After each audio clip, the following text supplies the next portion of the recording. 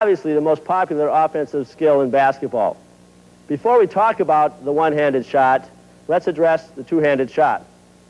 We as coaches don't advocate the use of the two-handed shot, but we understand the need for that shot by novice players in the early stages of their development. If you have to use the two-handed shot, then we stress the use of the same mechanics that are incorporated in the two-hand chest pass. Obviously, the two-handed shot is done in a different plane. Now let's take a look at the one-handed shot. The first concern in the one-handed shot is the position of the shooting hand on the ball. We like our players to have their fingers comfortably spread on the ball. Even players with small hands with their fingers in this position are able to control the ball well. Next, we ask that the ball rest on the pads of the hand.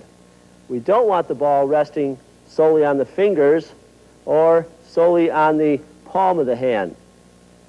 Next, we ask that the ball be placed in the hand and the wrist cocked. It will look as if the ball is sitting on a table in this position. The position of the non-shooting hand, or what we call the guide hand, in the classic shooting form, is at the side of the ball. This provides to stabilize the ball in the shooting hand. Since the guide hand is used only to stabilize the ball, then if we need to, in wheelchair basketball, use that guide hand to maneuver the chair or to use it for balance in the case of higher lesion players, then that hand can be taken away and placed in the appropriate location on the wheel or the frame of the chair. The position of the elbow should be somewhere underneath the ball, and the elbow should be pointing at the target. If the elbow is flared out to the side, then that causes rotation in the shooting hand and then affects the flight of the ball. Let's look at the shooting action of the one-handed shot. The first movement is the raising of the upper arm by the shoulder. The next movement is the extension at the elbow.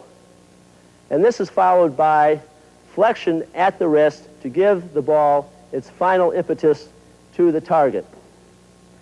The shooting action then is, as a whole, is done in a smooth and gradually accelerating motion. In terms of chair and body position, we ask our basketball players to take a position that we call squaring up. In this position, the shoulder joint is exposed to the basket and the elbow is pointed in the general direction of the target. This makes the shot much easier because the arm is now free of the trunk. It is very difficult to shoot across the body, and for this reason we ask our players to learn to shoot with both hands from, obviously, both sides of the body. The primary areas to emphasize are, first, balance. We want the ball to be balanced well in the hand. We also want to talk about balance in terms of the body. We want the body to be securely positioned in the chair, and we don't want to take any shots out of balance. Next, we want that elbow somewhere under the ball in order to have straight alignment in terms of the overall shooting movement. Thirdly, we want the eyes on the target. We do not want to track the ball as it goes to the basket. Rather, we would want the eyes to remain focused on the target throughout the duration of the shot.